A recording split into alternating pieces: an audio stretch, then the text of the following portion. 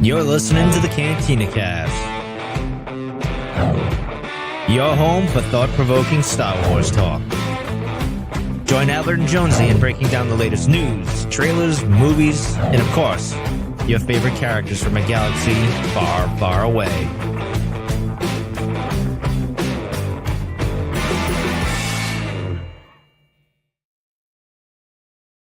Hello, everyone. Welcome to the Cantina Cast. My name is Albert Padilla, and this is episode 609, where tonight I am going to brag because I was right. Cad Bane had a son. And joining me tonight to break all that down is, of course, he's walking off. Jonesy.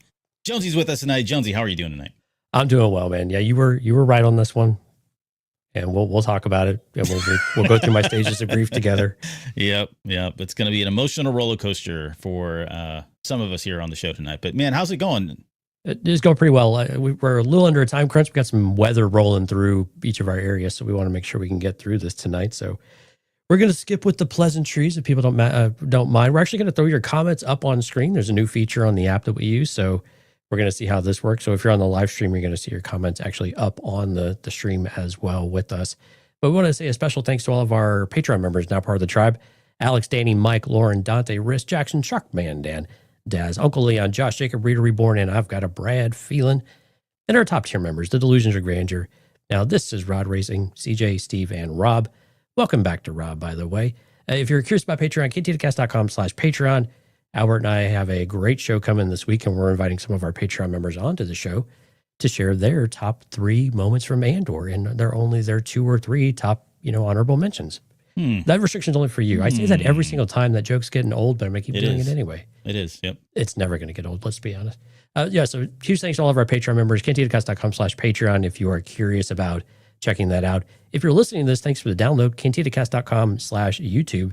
If you'd like to come out and join us on the live stream, like some of these amazing people already in the chat: Alex, Wonder vs. CPU, Matthew, my Star Wars guys. Shout out to all of the folks who have signed up for YouTube memberships as well. We certainly appreciate it. If you'd like a little logo next to your name, it's only $1 and just a way to support the show. So thanks for coming out. We appreciate it. Yeah. No, thank you guys so much for all the support. And we'll see how this comments thing goes. It could be a complete disaster, but you know what? That would be kind of par for course for the show. It's going to be great. It's going to be wonderful. Yeah. Programming notes. Oh, we can see it there. It's kind of scrolling. Oh, it's tiny. I can't even see that. Well, other people have it up on their TVs and everything else. Okay. So yeah, maybe it makes sense. That's kind of cool. You are life size in some living rooms right now, Albert. Wow. Hello. As scary as that is. Yeah. Hey, folks. Yeah. As Jonesy mentioned, we've got our Patreon show coming up Sunday. We got another show next week that we're working on. We got a couple ideas that we're kind of tossing back and forth. We are going to get back to some more Andor coverage, so expect that here very, very soon. But let's get into this. Let's get into talking about these 3 episodes of Tales of the Underworld. We got The Good Life, A Good Turn, One Good Deed. And I guess one of the opening questions I have for you, and now you brought this up, I think, when we talked about it either in the last episode in the Ventress breakdown of the episodes, or maybe it was even before that, but did we really need a Cad Bane origin story? Like, how did they go too far for you personally? And do you think, I guess, how overall, what were your thoughts on these 3 episodes? I was worried about the Cad Bane arc.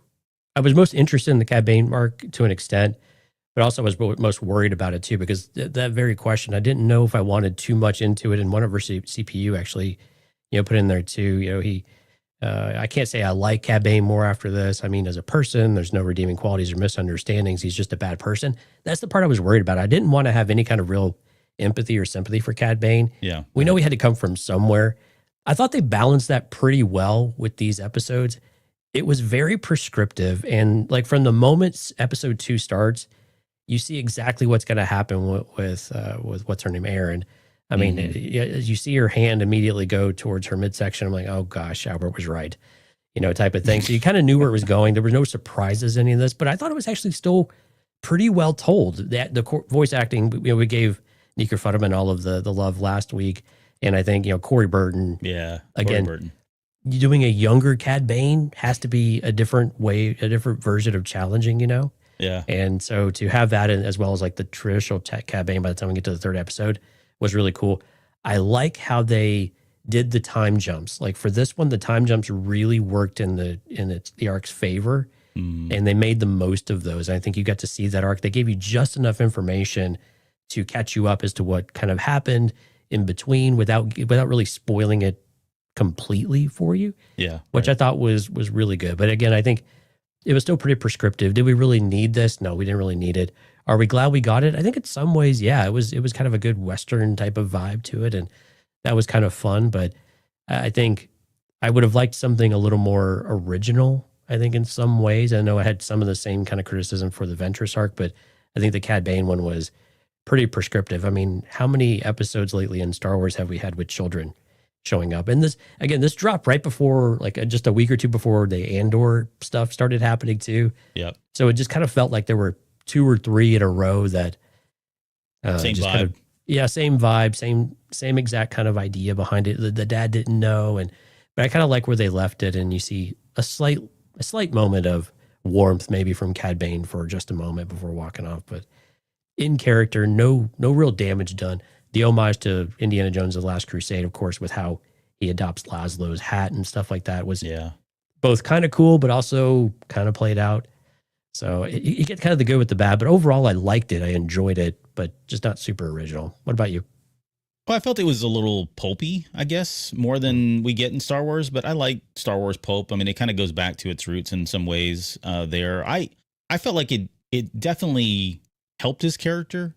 And for the same reason that you said, though, like this could have been a very slippery slope where suddenly we're suddenly sympathetic towards him. And, he falls into that tropey, oh, he's just a bad person that had, horrible things go wrong, that kind of thing. But no, he's kind of a bad person. They did give him that moment. I think you brought it up right at the very end when, he realizes that's his son. You can see his hand kind of lift and kind of go quickly right back down again. And that was it. That was the only moment of real weakness that we saw. I mean, he had a moment there with Aaron at one point too, but it was pretty clear that this guy loves money more than anything else. And we kind of got that from the Clone Wars. That was certainly the vibe and the character that was personified in the Clone Wars and the Bad Batch and everything else, even in the book, Stories of Light and Dark or whatever that one was. Right. All very consistent there. And this didn't break any of that. So no harm done. I did like the origin story. I like the fact that, just getting to kind of see where he came from. I've got questions about what happened to his parents, because that was brought up very briefly, but we never really found anything out there. Right. So yeah, overall, it was a good one. At the very end of this episode, I do want to ask you like which you like the most. So we'll table that for now. I do want to say quickly too, welcome back to Dawn Leanne Gardner, who played Aaron. She was also Stila Guerrera in the Clone Wars. That's so right. her second appearance now, coming back and playing a character, voicing a character in Star Wars. But just one other quick minor thing, because I agree with everything you said, and I want to get into the actual breakdown. The progression of what I think was Duros, I don't know. Like they never really said, but there were a lot of Duros on the planet, so I assume that's what it was. Seems reasonable. All right, it's a reasonable assumption. But if you watch the 3 episodes, it starts off as like this desolate, impoverished, neglected, dilapidated kind of city. Then you get to the next one, things are starting to look a little bit better. And by the time we get to the last one, the sky is green or blue. You've got lots of trees everywhere. Yeah. Kids are playing. There's a guy planting a new tree, right? So you could kind of see like the good that Nero was bringing, right? His good was having an impact on the community, and it really wasn't the same place that Cad Bane left. And I think some of that was probably resentment as well, right? Because that's not, we'll get into that a little bit later, but there's a lot of resentment going on here outside of the fact that, hey, he's, the baby daddy to your kid and took your girl and, killed, or potentially was around when, his master or idol or whatever was killed, right? So all that kind of plays into it, which was kind of neat. So I did like all that. But let's get into the breakdown. We get it, and it's really fast. I mean, the breakdown, like the first episode there's not a lot to discuss. It's just kind of insightful to see that, at one point he was an average kid, I guess, for the most part, although he was living on the streets. They called him a street rat, running around with Nero. They're rummaging through garbage. They're being mischievous. Some of this is just being a kid, and then other of it is kind of survival, right? If you don't have anything, you kind of go through this. I love that little bit there with CB. I mean, he reminded me of like equivalent of like AP5, right? Same kind of voice, same kind of droid. Actually, I didn't get to see who voiced him because it did sound a lot like AP5 from Rebels, but yeah, I mean, just little fun things there. It was very like Aladdin, maybe even Ezra Bridger from the beginning of Star Wars Rebels, that first episode, kind of seeing them just, survive or whatever. Yeah. And also you get to see how other people view the kids that are on the streets too. Yeah. Don't talk with people like that. What have I told you about interacting with these types of kids with the street rat trash and stuff like that, and those biases that come through? And these kids, you kind of feel bad for them, right? They're just trying to figure out how to survive.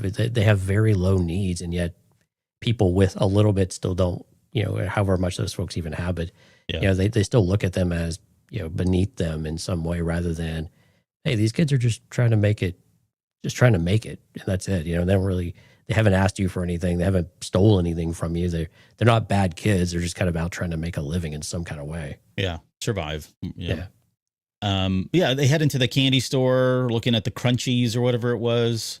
Later on, as it's funny, as they leave that, you can see Laszlo. He's very briefly leaning up against, one of the walls or whatever when they run into the alley. Right. In the alley, they run into the gangster or whatever. Never really said what kind of nefarious activities were going on there, but nonetheless, they run into all of that. And when they come out, they're given that coin or whatever, right, from Laszlo, and they do what any rational 10-year-old would do. You go buy a bunch of candy. Yeah, you blow it all on candy and what do you call it? Hookers. No, I'm kidding. I was just joking. But yeah, they got a taste of that good life, as that was the point of the episode, right? For them, the good life is like all these sweets, and why wouldn't you just go load up on sweets? I have a quick story. I get when I was like 5 years old, and this is a true story. My mom sent me to the store. Again, this is a long time ago, different time, and she gave me like, I don't know, $5, which was a lot back then, and said, "Hey, go buy some bread and milk or whatever else we needed." Like there was like 2 essentials that I needed to get, and I got there. And the clerk was like, "Hey, we don't have whatever you're looking for." It wasn't bread and milk, but it was something I was supposed to buy.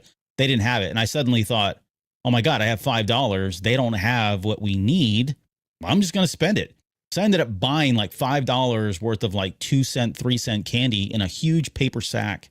And I came home and was asked, where the heck is the food at? And I'm there holding this sack of candy. I got in really a lot of trouble. I have a feeling there were lessons learned on both sides that day, Albert. Yeah, for sure. But so anyways, the point of that was I absolutely can relate to this idea of having money and being in a candy shop and going, man, this, I'm buying everything as much as I can here. But yeah, spend it all today. Don't worry about tomorrow, right? They don't have to think about the future that far in advance. They can only see what's in front of them. And in all seriousness, we do get a glimpse of like where Cad Bane eventually goes, like how much he loves this, right? He says, we earned it, right? Later on, he's negotiating for even more money when, he's offered, 3 times the amount. He ends up going for like 10 times the amount or whatever it is. Mm-hmm. But yeah, you can kind of see him. He's enjoying this. This is what he wants. Whereas Nero's a little bit more hesitant about it all, right? He's got a little bit of a better head on his shoulders. But yeah, they're enjoying that. You hear him say, I could get used to this. I think it's Cad that says that, or what was his name now? It's not Cad. Colby. Yeah. Interesting. How do you feel about Cad having a name like Colby? Yeah, I think it's fine. I mean, it certainly tracks with, criminals. They don't take their real name. Sometimes it's earned. So curious as how he earned, like, what was his last name? Was it truly Colby Bane? Or did he take Cad? Maybe Laszlo's middle name was Cad, or Laszlo's last name was Cad. We never got a last name on him. But I would suspect that somebody with the name of Cad Bane would be more nefarious and well known than Colby. Yeah, right? Everybody needs a street name, right? Yeah, I guess if you're going to be in the underworld, you got to have a bit of an edge to you. Yeah, and it's kind of a rite of passage too, of letting go of your former self and adopting your new persona, right? Yeah, and there was a lot of that, right? A lot of that even later on, that symbolism when he's looking in the mirror or looking in the window of his old life when he comes back to what we think is Duros. But yeah, they wake up in the morning. This is when they're offered even more to kind of do something for him. And Colby counters with 10, even though Nero was like, hey, we shouldn't do this. And he's like, yeah, you're right. Comes back and says, we're not going to do this for this amount. We're going to do it for even more money. And the whole gig here is they're basically sent to the back of into the alley to distract that criminal lord guy while Bane, Laszlo and his group go to the front of that. They never explain what's going on there. And he just says this guy is messing with his business, I guess. And then I was trying to watch to figure like, what were they doing? It looked like they just went in to break in and steal that satchel of gold coins. Was that really? Yeah. So it doesn't really matter, but I was trying to really understand like, okay, what was going on here? Yeah. It seemed like there was probably a gambling ring. I don't know. When you have Underworld and criminal activity, and they broached the topic early on in the episode that criminal activity was kind of widespread throughout the city. They had combating gangs now. So things were devolving quite a bit. And so it sounded like they had a gambling ring going on in the back, kind of like the underground poker tournaments and things like that. So they probably just knew that was going. And now how they were disrupting his own operations, I don't know. It sounds like they just wanted to rob them effectively. Yeah. That's why they came out and they grabbed a satchel of money. They just took whatever they could from the tables and bolted. But yeah. And it's not important. I get it, right? I mean, the big takeaway here is not only were they involved in this kind of, abating the criminal activity that was happening, but the big thing that really happens is Laszlo shoots that criminal guy. I mean, you have two kids seeing somebody get a big old hole put in their chest and falling down dead, lifeless right before their eyes. I mean, that's pretty traumatic, right? To see that as a child, and it impacts both of them in different ways. I think for Nero, yeah, he definitely is like, whoa, this is not me. And for Cad Bane, it was almost kind of maybe not a wake up call, but like, hey, it was worth it. And he was probably a bad guy. There was probably some justification there. And that's why it made it easier for him to make that choice at the very end there about whether or not I stay with my friend or do I join this guy and get more of the good life that was tempted in front of me just a few, minutes ago, which, certainly tracks. Yeah, and like you said, it was much more real because before when they were on the rooftop that night and they saw the police chasing, some criminal in a getaway car or something like that, or a police chase. Yeah, it was more of that excitement, right? They both rushed to the edge. They're looking at it. They've almost got smiles on their face of like, what's going on? Nothing ever exciting happens, and this is kind of crazy and fun and cool. And to see it up close and personal definitely changes your perspective. I think both of them were probably a little bit shaken from it. Of like, wow, sure.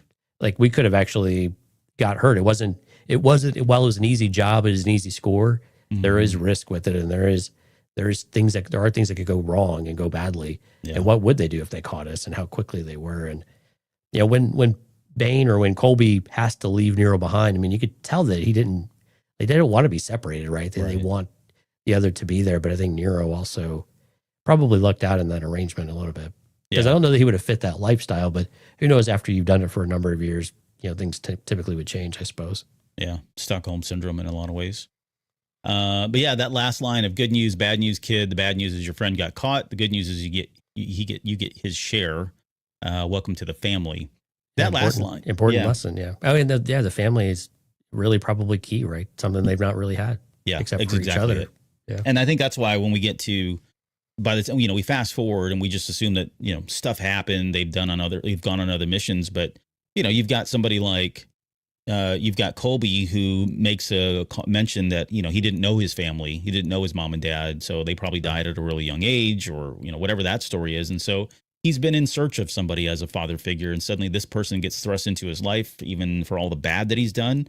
But it's someone who can take care of him, right? Protect him. He's got a way to give him money.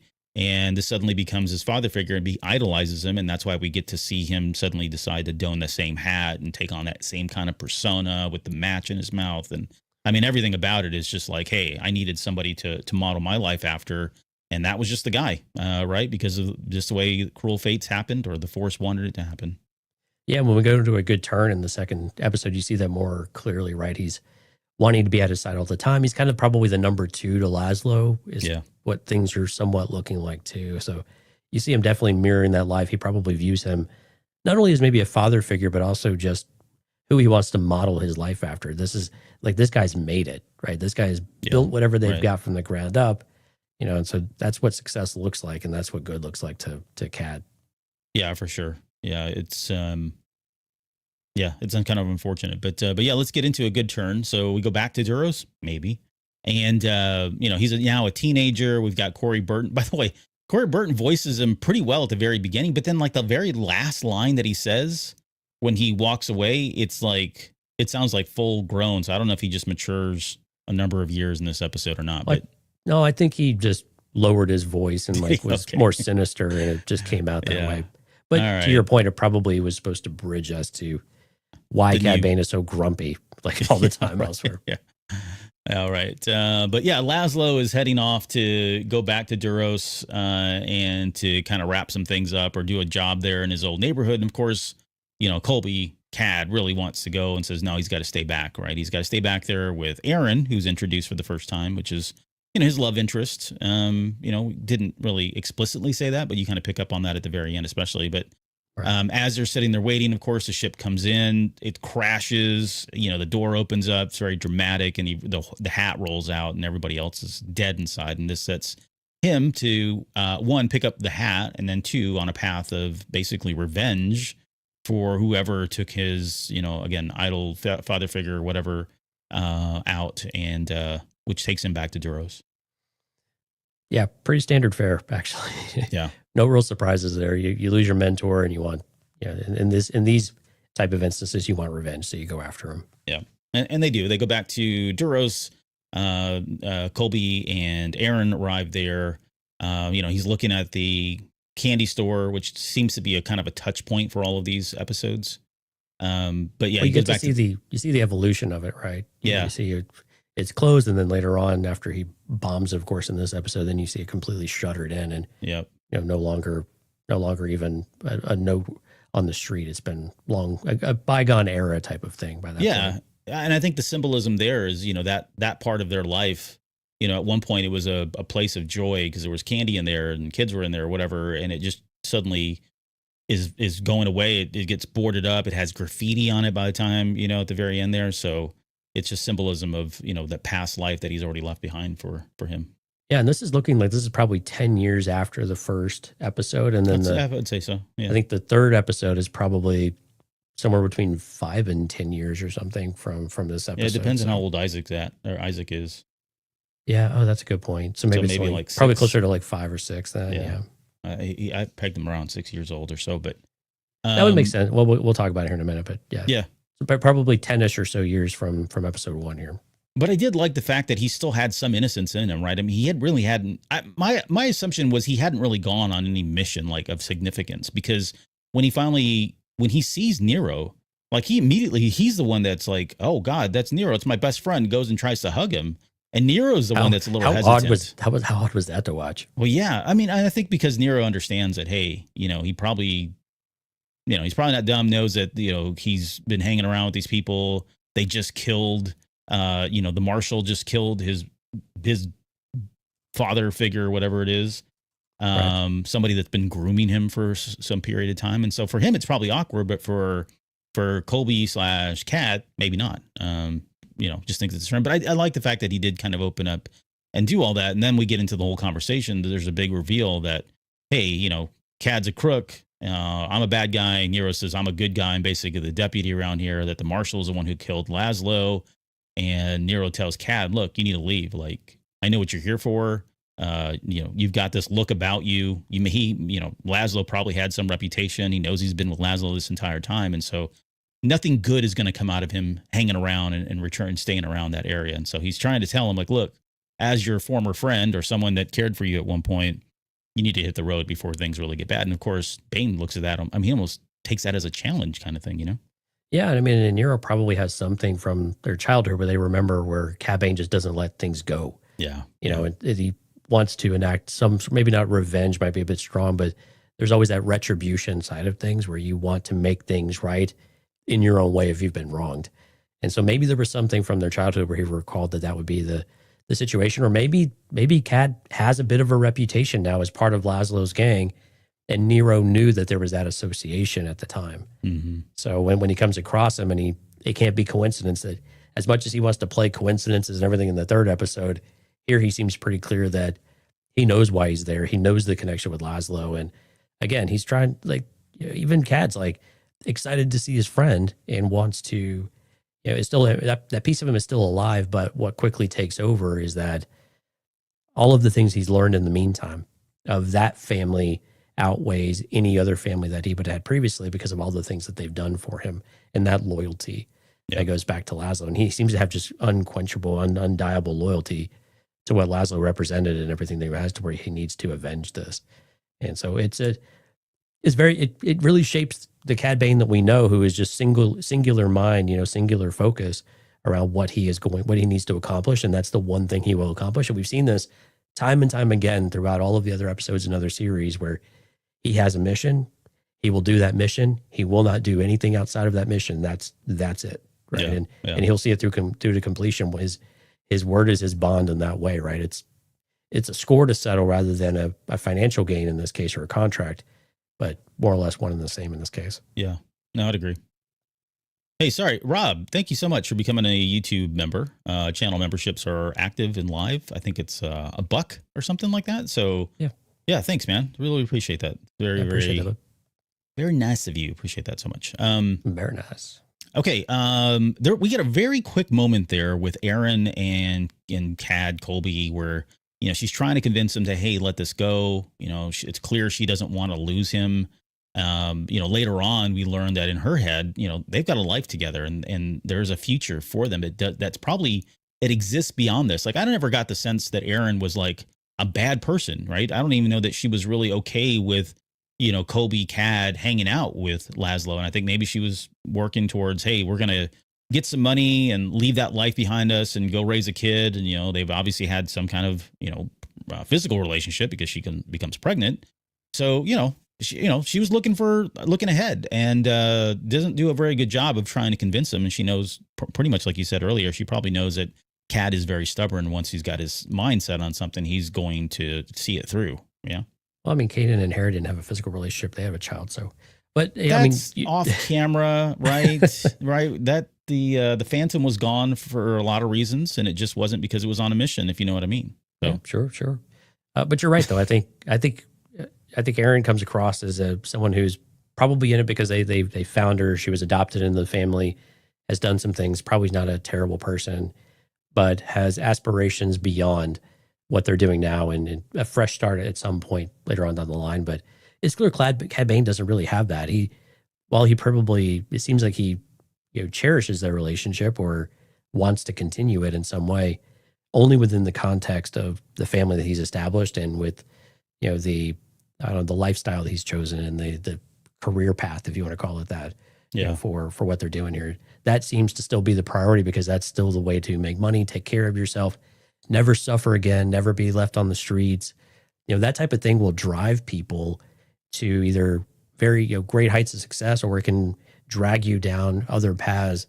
Even if you might be successful, you might be doing things that maybe are less than above board in order to drive that success, which is someone like Cad Bane in that case. But again, his loyalties and where his pure alignment is not totally with Aaron when it comes to this subject and kind of the idea of family and Laszlo. Well, I mean, I also got, reading between the lines here.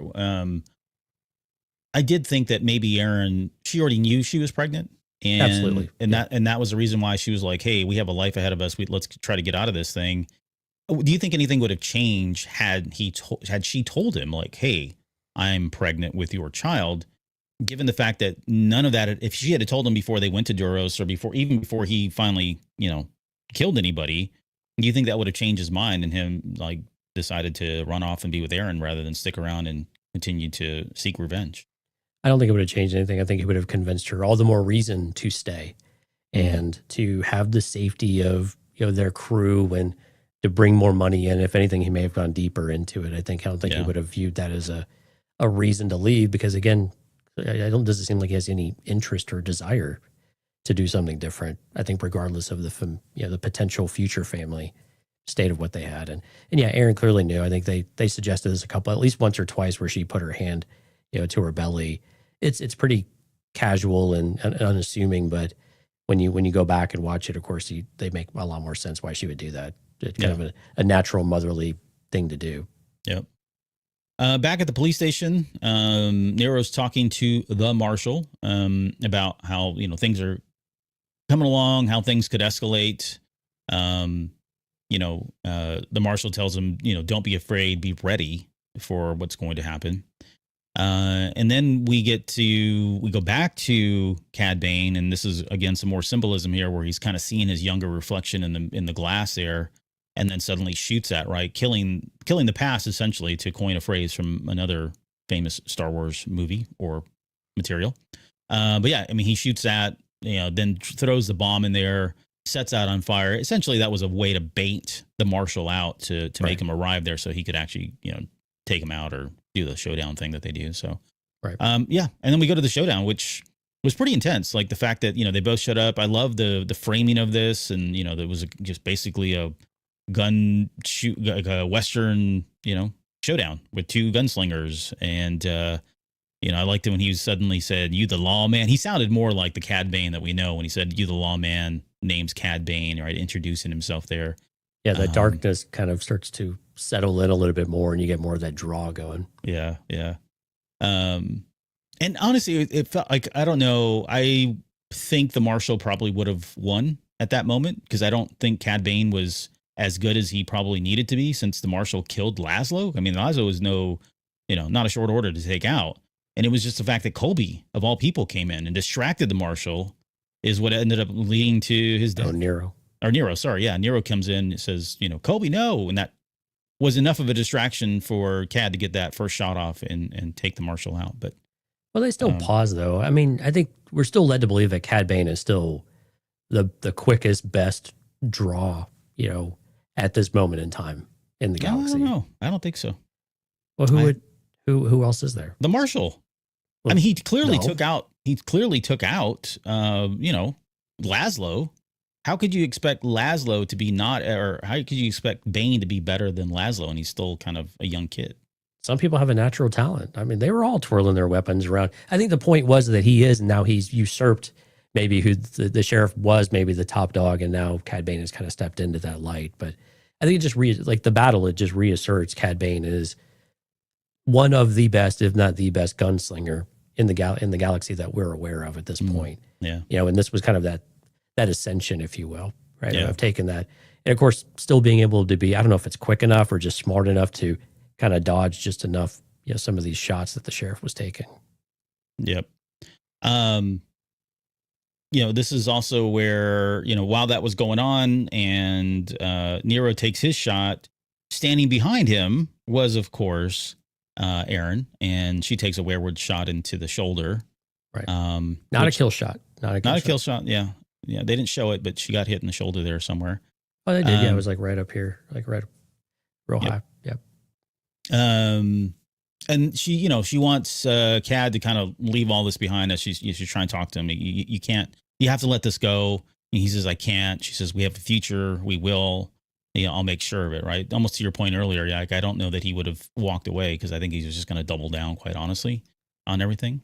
Yeah. And she knew that if he stood up without taking his blaster away, that he was as good as dead. He was going to go down, shooting. Oh, he was completely surrounded. Yeah. Yeah. But he was going to go down in a blaze of glory. Right. And do it regardless, because that's just who he is. Fight your way out and see what happens, with completely no regard for what the possible future is, because Aaron hasn't shared that with them. And yeah. Why she hasn't shared that with him, I don't really know. I mean, I guess it's always difficult to figure out the right time of breaking, "Hey, I'm pregnant," type of thing. News, Matt's asking the question there in the chat. Yeah. And maybe it was a recent development. Maybe she just kind of became aware of it and that just had to have the moment to tell. And which is, again, we don't know how long she was pregnant, so we don't know that she was hiding anything, but the right time hadn't presented itself quite yet, it sounds. But yeah, I mean, he would have gone down and there would have been no father for the child anyway. And she's trying to convince him on the sly without telling him right out, because really it's not the most convenient time to tell him at that point either. Right. But then you could argue it's probably the best time. Hey, don't do it. Yeah. You're going to be a daddy. So don't do it, Daddy Bane. Think about your son. That's right. Dad Bane. Dad Bane. That's right. Skywalker, Dale said earlier.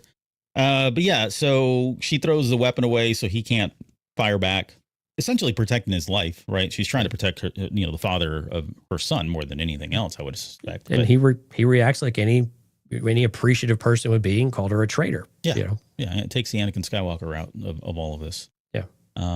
She says they would have killed you. He gets arrested, and he says, "You got your revenge. I hope it was worth it." And he says, "It will be," to quote a Yoda line.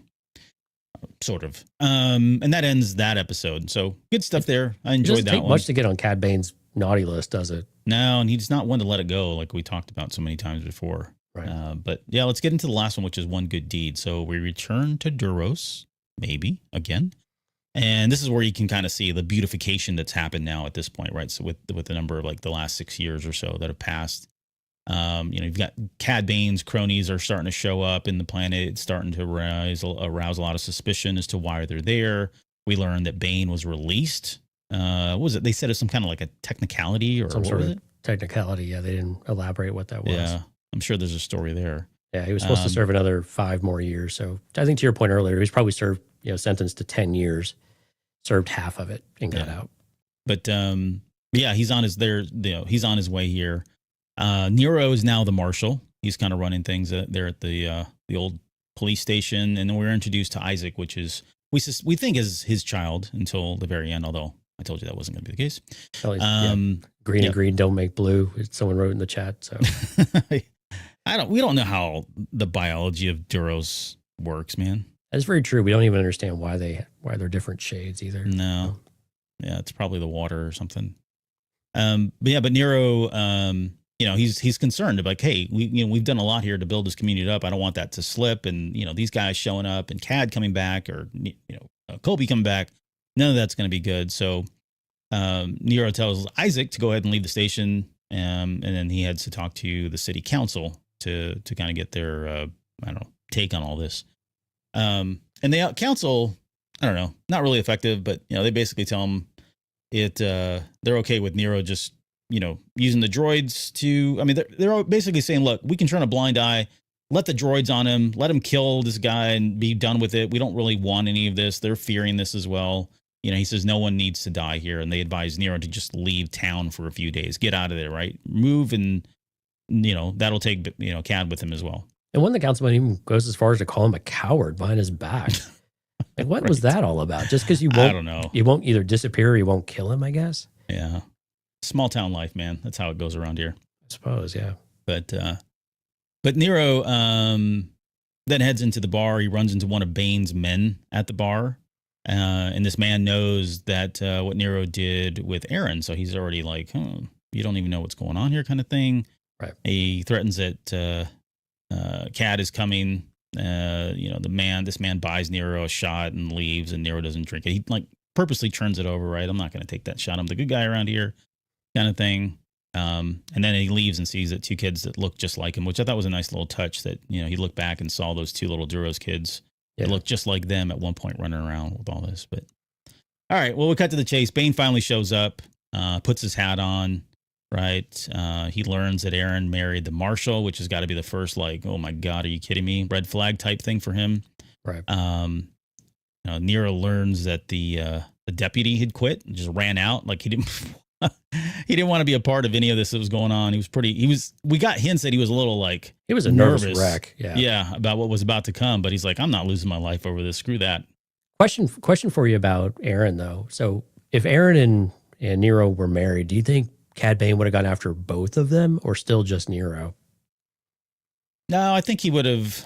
I don't know, man. You know me. I'm more of like I think the romantic type. So I would say that he would not have gone after Aaron because of the love that they had at one point, right? And he's got to blame somebody. It's much easier to put all that blame on somebody like Nero, even if it doesn't make sense or is unjustified, rather than going and putting on Aaron. So I would say he just goes after Nero. Even though she's the one that got him busted in the first place. Yeah, no. I don't think he blames her. I think he blames him. Okay. So, again, leading with emotions more than logic, I guess, with that. Right. Yeah, but he learns that they got married.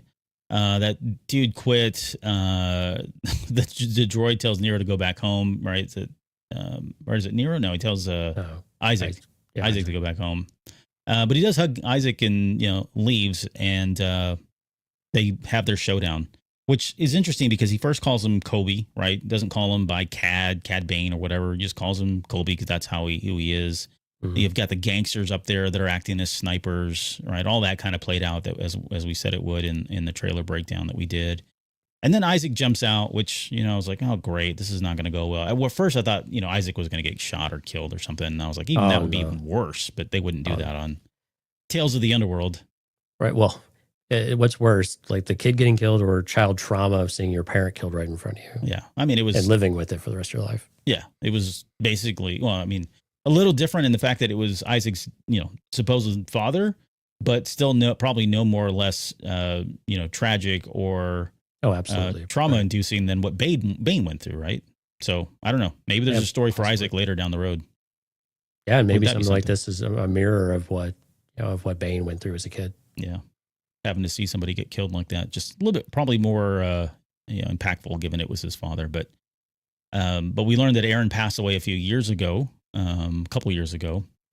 Isaac runs up, calls him Papa, and this is where we get Cad say, well, what do we have here? It's all right. I'll take care of him just like you took care of Aaron. So he blames, unless he knows something, but he blames Nero for Aaron's death, Yeah. So. Well, and seizing on an opportunity, right? Probably making a deal. Oh, you want to keep her out of trouble too? Well, make the moves on her and go from there. And yeah. Which I think maybe the question is like, why do you think they married? I mean, I kind of think it was probably more to make sure the kid had a dad. Like they probably got to know each other and right. There was at least at the very least a respect there. And I don't know, we don't ever get an idea if there was actual love and attraction or if it was Nero kind of taking responsibility for Cad Bane, knowing that Colby wasn't going to step in and do anything. So, he stepped in as that father figure and they just kind of made it official and adopted Isaac officially, because it sounds like there was some sort of adoption there. But do you think it was something along those lines, or do you think it was something else why they got married? Again, I'll probably lean with the emotions. They probably did have, an actual relationship more than just her seeking security and comfort and protection. Which, if there's any one person on that planet that could offer that, it's definitely going to be the marshal or the guy, running the police station or whatever. Well, maybe Nero represented the values and the belief in the openness to a future that she was hoping Colby would have, or Cad Bane would have, I guess, in her eyes. Yes. But she had it in Nero, and there's similar things enough to where it kind of filled those vacancies. Yeah. Yeah, I don't know. I could go both ways on that one, but yeah. And Alex says, who would win the fight, Neil or Isaac's dad? Yeah, the guy with the gun. Yeah. Oh, Neil's dad or Isaac's dad, I think is what he's asking. I have no idea. I'm going to go with Neil. Not Neil's dad, but Neil. Neil wins in a fight. Nero tells Colby that Aaron wanted to tell him something, but couldn't. And he says it's too late for that. And then we get into the actual showdown between the marshal and the outlaw. And Nero misses, Cad. I think in the audio description, it said that Cad was able to dodge the shots. Yeah. So that was enough for him to get to, the two shots in and take out Nero. Isaac sees his dad die, rushes over. It's all very traumatic. And he tells him, you took everything from me. He says, not everything. Hint, hint, wink, wink. It's your son. And yeah, Isaac's crying. And that's that moment where Cad kind of reaches out when he sees Isaac crying, sees a tear coming down. There's that moment of, frailty or, what's the word I'm looking for? Not a weakness. That's not the word I'm looking for either. Like vulnerable? But yeah, vulnerable, right. Yeah, he makes himself vulnerable, saying that's his son. And it finally clicks, right? Because Nero had said that there was one last secret, right, that hadn't been divulged to Cad Bane. And he finally recognizes what that was, As Roland had in the chat to our previous conversation, they have a shared, this is Colby and Aaron. I mean, I'm sorry, Nero and Aaron. They have a shared heartbreak because of Bane. Heartbreak and of platonic and romantic friendship. So, yeah. Connecting over the things they've lost. Pretty standard fare there, yeah. It happens. Someone says stay away from him. I forget. They call that shared loss, yeah. Shared loss, that's it, yeah. But yeah, I mean, and that's where we realize that, okay, there's not going to be this moment of Cad suddenly going, oh, I'm so sorry, or taking the child and, trying to, not even like, take him under his wing and train him. Or like you could even, there's probably a story where he takes him and, puts him somewhere where he feels like he can be safe. None of that happens. Like Cad just turns away without a word and just walks away from his son, his dead best friend, right? And that's just who he is, which is great. Like I said, like I like the fact that we didn't get, any more than that one subtle moment of weakness, if you will, from his perspective, where he raises his hand after seeing Isaac cry. But yeah, deadbeat father, which is, par for course in Star Wars. Yeah, and he's probably never spoken a word of it since, right? I think Right. we would fit the character. And again, I think on some level, Cad Bane probably realizes that, there's people there that will probably take care of, the boy. There's a community there as well. And what is he going to do? Does he really want to, turn the cycle over again? And we don't really know how Cad Bane feels about being a father, or even the potential of it. We don't know what it would have been before. We don't know what it is now, which again can be a little maddening for, I imagine, some viewers. But for me, I like that ambiguity with the character. We don't want to know too much about our some of our villains in some way, because we want to be able to debate what actually motivates them. What regrets do they have? Do they even have regrets? I mean, I think that's what makes the characters interesting, of understanding, when they continue to make the same decision, just focus on one task. They just don't want to deal with anything else. So it's much easier just to keep embracing, looking forward, embracing the future, and not worrying about anything that ties you to the past. Yeah. That's it's kind of sad in a lot of ways, but I don't know. Maybe there's a story there where this kid did grow up to be, Billy Badass, and is going to come after his father now for having killed his father, kind of thing. But I don't think they'll go there. I think you're right. This is just kind of one and done, and we probably won't ever see Isaac or hear about Isaac ever again. Maybe he changes his name and teams up with Lando Calrissian in the future. Stars in a bunch of Battlefront video games. Oh, you're talking about what's his name? Yeah, I love that character. Yeah. Dang it, what was his name? I already forgot. Great character though. But I don't think that's him though. Oh no, it's not. Yeah, it's definitely not. So help us look that up, will you? That's killing me, because we talked so much about it when Battlefront 2 came out, and yeah, I'm trying to remember. Dale's usually the one who chimes in here and reminds us of all these characters. Sir Allen says Isaac teams up with Boba. Maybe, could be. It's possible. All right. Anyways, I don't know what else to say. I'm trying to stall so you can look this up, but yeah, I'm failing you hardcore on this one. So well, you're going to edit this one, so you can edit all this out. Yeah, that's good. Yeah. Anyway, we'll figure it out later. Oh man. Okay. Well, all right. I'll look it up. What? While I do that, I got a question for you though. So, which of the two stories did you enjoy more? Oh, between the Ventress arc and this one? Yeah. Ooh, Shriv. Yeah, there you go. Yeah. The beginning of the Ventress, understanding what happened with Ventress immediately following Dark Disciple was something I'd long wanted to see. So, I mean, I say long, but we needed to kind of see that. And I'd love seeing the Night Sisters home and things like that. So I really enjoyed that. But I think from a total story aspect, beginning to end and everything in between, I think the Cad Bane one really worked a lot better. I think overall it had a much better progression and arc. It was kind of getting to a point at the end. You see the character that we know and love to hate later on. Yeah. You kind of see those moments, and there's kind of like the Andor effect a little bit. You see these key moments over the course of 3 different periods. And I think that worked pretty well, especially in this short format. I know not everyone likes the 12 to 15 minute thing, but I think within that time allotment, I thought they made the most of their time and did a really good job with that. So I think the Cad Bane episodes, I think, really worked the best for me. Yeah, I would agree. I felt like the Cad Bane story was a better story. I like the Asajj Ventress one. I did. I really do. I think it was just the fact that there was some confusion still, I think, about where it took place. We know that one's not really over. We kind of know where Cad Bane goes. I mean, we know all the way up into his alleged death in Book of Boba Fett. So that one felt like, okay, this was just, an isolated story, and it was a great background. We kind of see, how the monster was made, whereas Ventress was still a little bit wide open for me to really kind of gauge whether or not, is this going to be of significance? Is it going to, change something later down the road type thing? So that's a great point, because with Ventress, they're clearly leaving the door open to tell more stories. Yeah. Where with Cad Bane, like you said, we've spent quite a bit of time with him. We know where he goes and we know where he ends. Too, now with Ventress, it's wide open. We don't know anything. So different perspectives on what they want to achieve, I think, in the long run too. Yeah. Yeah, for sure.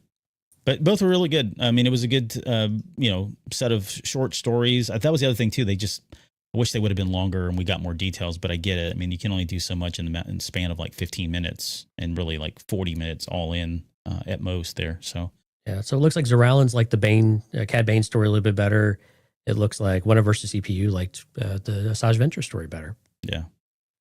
So, Yeah, and yeah, I've seen a lot of people that have said they would like the Ventress one more than the Cad Bane one. So I think people have a different connection with Asajj Ventress and with the character and with the book and with some of the other material. And she had a tremendous arc in Clone Wars. So I would have thought to have liked the Ventress one better, actually. But I think from a pure storytelling, what they told on screen, I think it's just a better story. Like, it's a more complete story for Cad Bane. And maybe that's not fair because Asajj wasn't necessarily meant to be a complete story. It's right. a very brief moment in time rather than, hey, this is this character over the course of 15 years and here's why he's so nasty. Yeah, it felt more of a lead in to something else, but I just don't know what that is yet. Right. Yep. All right, final thought or final question. Anything you're looking for? What's next? Well, yeah, exactly. I mean, it feels like, when we first got Tales of the Jedi, we were like, oh, this is kind of cool. It felt like a one-off, and then we got Empire, and then we got, Underworld now. And so I suspect every, year, 2 years, we're probably going to get another one of these. Is there anything in particular that you're looking forward to seeing? Do you think, is it time to come back to Jedi or the Empire? Maybe the Rebel Alliance now, or? I think there's one more path they could go. And what I'd like to see a slight shakeup with how they do these and adopt more of a vision style to where you do 6 episodes, but you do each one as a unique episode of again, you can keep the 15-minute format, but I'd love to see like a Tales of the Dark Side or a Tales of the Sith. And you kind of pick a Sith, like 6 different ones, or you could even do the same one in different time periods, but you can bounce around different eras. You can have these little glimpses into them and get you excited about some Legends type of characters. I think just something a little bit different without having to tell an arc and kind of confine you to an arc and defining something in that way. Because do we need to see more Vader? We always want to, but do we need to? No, probably not. Could we see more with Palpatine? I think there's definitely opportunity for that. Could we go back in time? Could we do some more Old Republic? Could we do a variety of things? Could we touch on Plagueis? Maybe. Could we even touch on some stuff with they got dropped off from Acolyte? You have opportunity there for the Stranger or from some of those eras too. So I think you have opportunities if you do that, but I'd like to see like a deeper dive into the dark side. And if that means the Sith, so be it. That's fine too.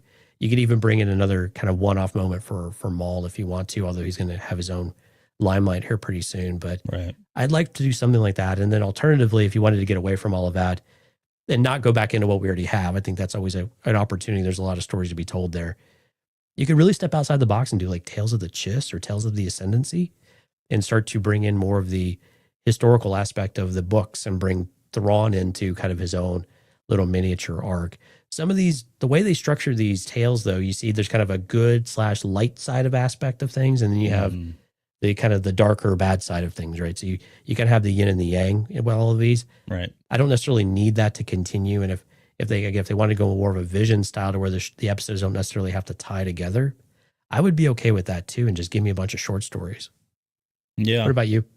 Well, yeah, I think it's so far it feels very deliberate in, the characters they choose, not only the characters they choose, but the types of stories they choose to kind of be, juxtaposition of one and each other. Yeah. I think Tales of the Rebellion is probably the most obvious one for me next because we've hit just about everything, but I like the idea of something like Tales of the Dark Side.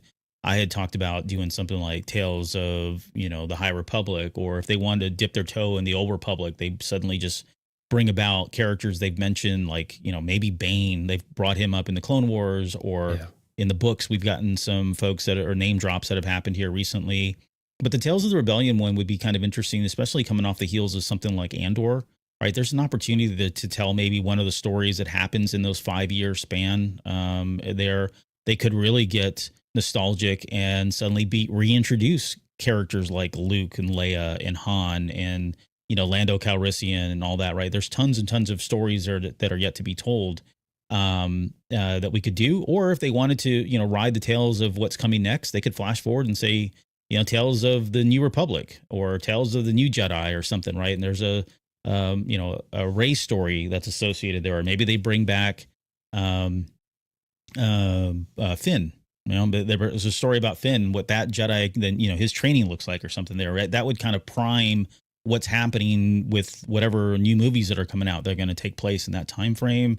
There's stuff that I like your idea of the Chiss, though.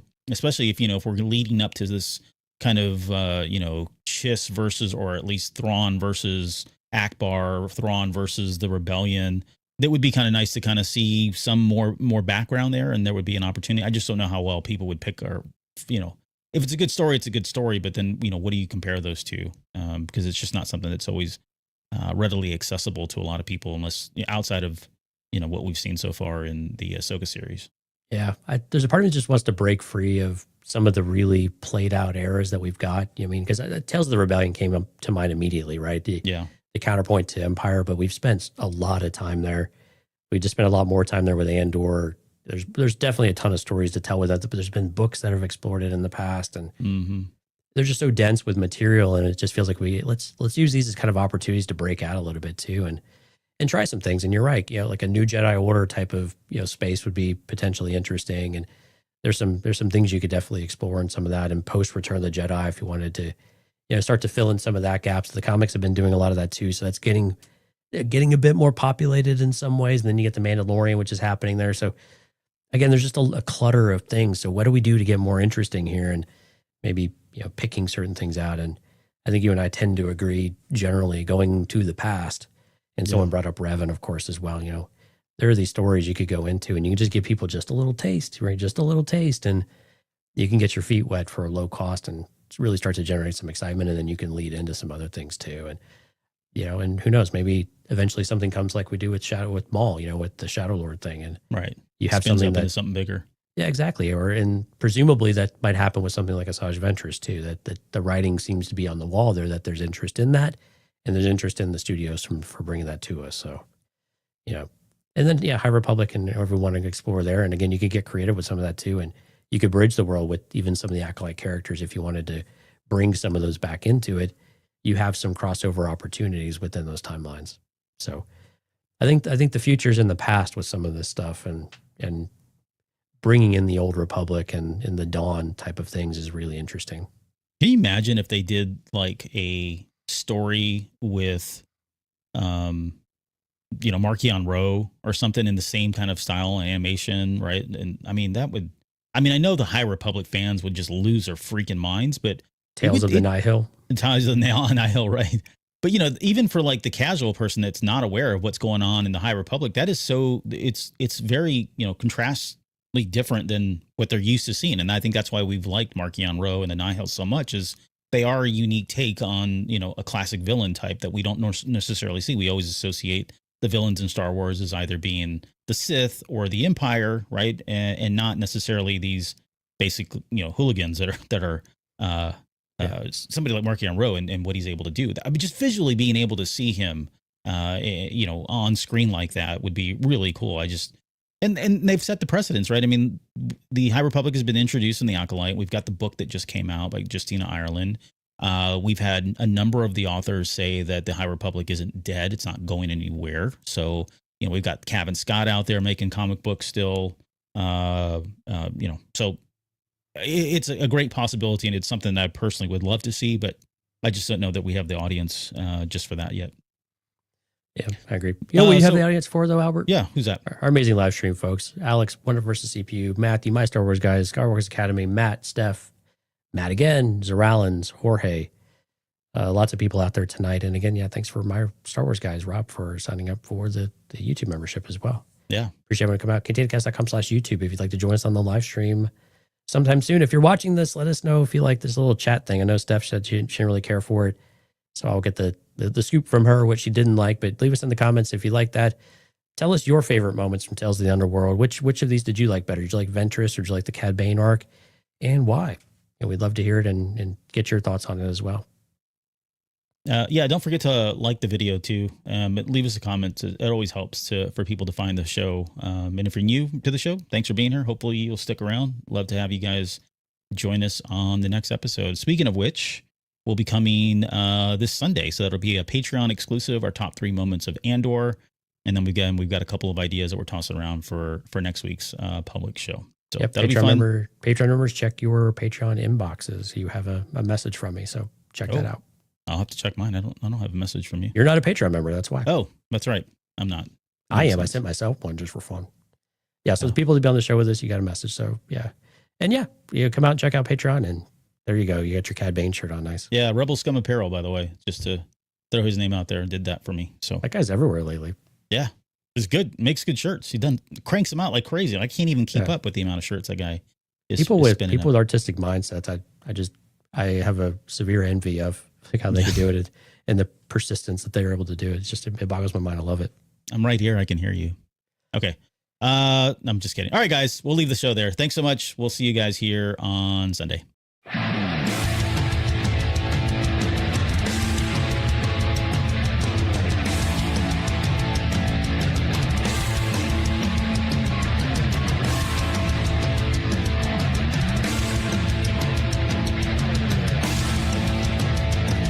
You're still listening? Wow, that's amazing. Well, I'm here to give you the disclaimer. Normally we do a big, long, drawn-out disclaimer thing saying what's what and who's what and all that other stuff, but I think you guys kind of know that Lucasfilm and Disney have no affiliation with us at all, and we have none with them. We talk about Star Wars, which is their property and all that other good, fun stuff, but I think you can tell which is our stuff and which is their stuff. If you can't, well, then send a lawyer to send an email to me, and I'll be glad to chat with them. Other than that, you know what's what, so that's your disclaimer.